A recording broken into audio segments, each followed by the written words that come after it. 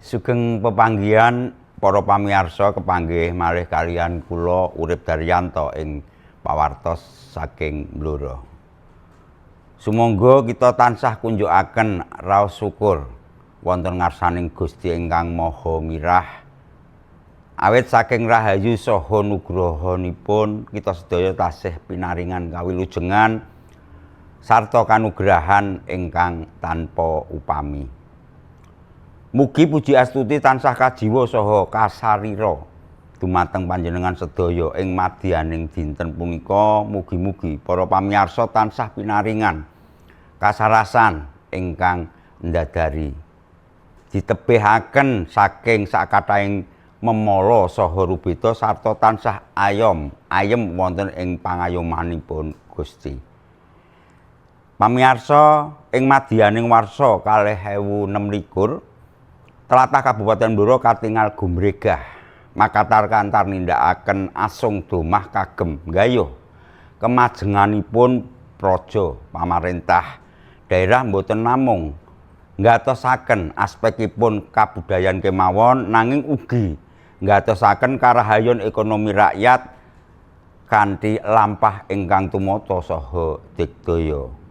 Wasing pawarta ing madyaning budaya Kabupaten Blora sampun miwiti lampah istimewa inggih menika kanthi ngunggahaken kagunan Barongan minangka warisan budaya buwana dhateng UNESCO. Punika mujudaken upaya mirunggan kagem njagi memala saha jati diri bangsa supados tetep puncara ing jagat internasional. Mboten katalumpen saking sektor ekonomi kagem migatosaken saka guru arta rakyat Bupati Blora Dr. Haji Arif Rohman medharaken dawuh gerakan ASN blonjo dhateng peken tradisional. Kawicaksanan menika nggadahi ancas kagem ngluhuraken para bakul alit supados Blora saged dados kitha ingkang tata tentrem kerta raharja. Sumangga pirsani pawartos saklajengipun.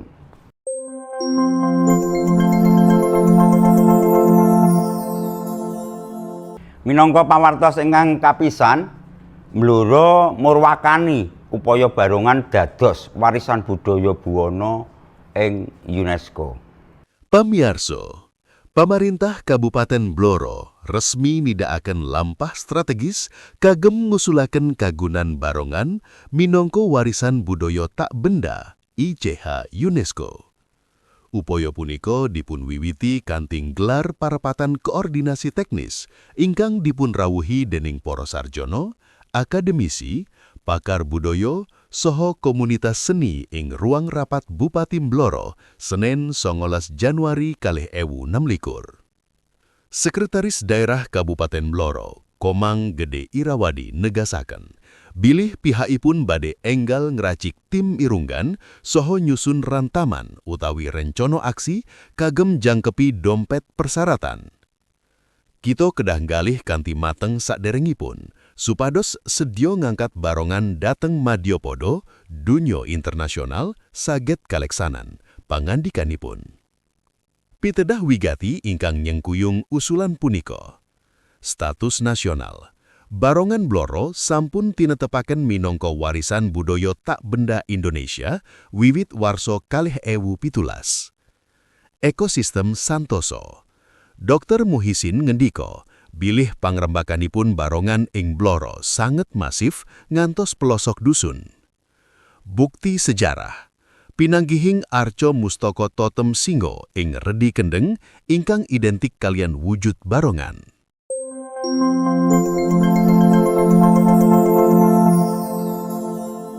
Pawartos salajengipun RKPD Blora 2017. Pamarintah Blora fokus ngunggahaken pariwisata saha ekonomi kreatif. Para pamirsa, Pamarentah Kabupaten Blora gelar konsultasi publik rencana kerja pamarentah daerah utawi RKPD warsa 2017 ing Aula Bapeda Rebo 21 Januari 2026. Parapaten punika nggadahi tuhus kagem ngempalaken panemu saking pinten-pinten pihak kagem nyampurnaaken sesanti pembangunan daerah.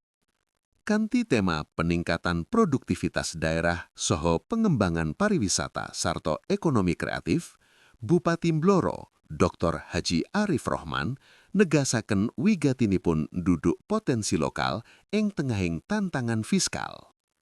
Wosing pambangunan. Fokus strategis ngrembakaken sektor pariwisata saha ekonomi kreatif dados prioritas utami kagem ngunggahaken asil daerah. Tantangan fiskal. Bupati ngendika bilih wonten pamotongan transfer ke daerah utawi TKD gunggungipun 370 miliar rupiah pramila badhe terus ngerangkul pamarentah pusat kagem nyengkuyung prabeyo infrastruktur. Capaian Adi. Sekdam Blora nglapuraken bilih lampahing pambangunan warsa 2000 selangkung katingal sae kadosta wutuhing ekonomi 5,1% saha mandhabipun angka kemiskinan dados 11,58%.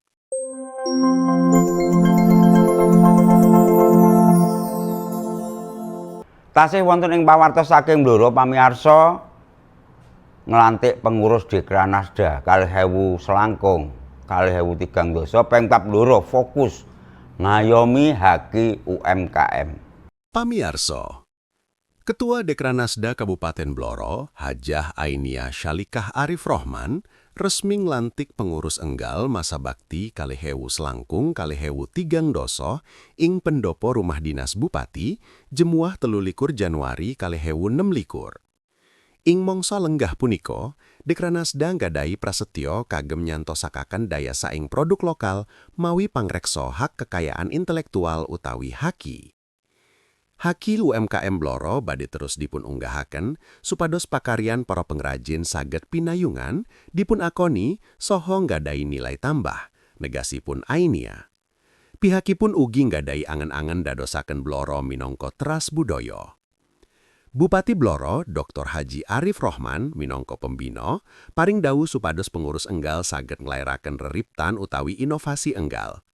Arahan Bupati antawisipun optimalisasi CSR, kolaborasi kalian perusahaan kagem Ranoto Prabiyoyo pembinaan pengrajin.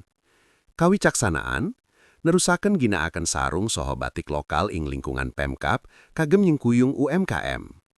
Sinergi nasional, ginakaken produk lokal kagem program daharan bergizi gratis utawi MBG.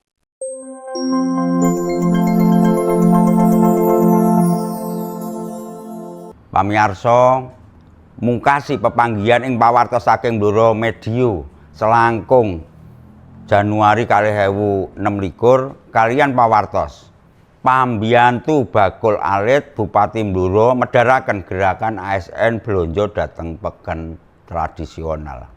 Pamiarso, Bupati Blora Dr. Haji Arif Rohman resmi medaraken gerakan ASN Blonjo ke pasar tradisional ing Pasar Sido Makmur Jemuah 23 Januari 2026. Kawicaksanan punika majibaken kirang langkung 11.000 ASN ing Blora kagem blonjo ing peken rakyat saben dinten Jemuah supados ekonomi lokal saged gumregah. Bupati Arif ngetang, bilih saben ASN blonjo sekediipun 50.000 rupiah badhe wonten sirkulasi arto gang 150 yuta rupiah sedinten ing peken tradisional. Punika wujud darmaning pamarentah supados ekonomi poro bakul alit langkung gesang pangandikanipun. Sekdam Blora Komang Gede Irawadi nambahaken bilih gerakan punika minangka raos syukur amargi TPP ASN ing Blora boten dipun potong. Minangka panyengkuyung, Dinas Perdagangan nindakaken pinten-pinten pambenahan ing Pasar Sido Makmur. Digitalisasi, cak-cakan e-parking soho transaksi non-tunai. Fasilitas umum, karesikan peken dipunjagi kanthi sae soho wonten pakiwan utawi toilet gratis. Aksesibilitas, rencana nambah konten utawi pintu bedal supados mboten macet saderengipun sasi siam utawi Ramadan. Mekaten pamiyarsa, relonjenipun pawartos saking tlatah Blora Mustika ingkang saged kawula aturaken. Sedaya lampah asung domah punika saking pamoring barungan UNESCO ngantos gerakan ASN Blora blanja wonten ing peken tradisional mugi saged dados margining kamulyan kagem masyarakat Blora sedaya. Kanthi nyawijining karsa antawisipun pamarentah saha rakyat mugi Kabupaten Blora tetep digdaya saged nylarasaken luhuring budaya mawi kasantosan ekonomi ing Madyapada satemah mawujud nagari ingkang tata tentrem karta raharja.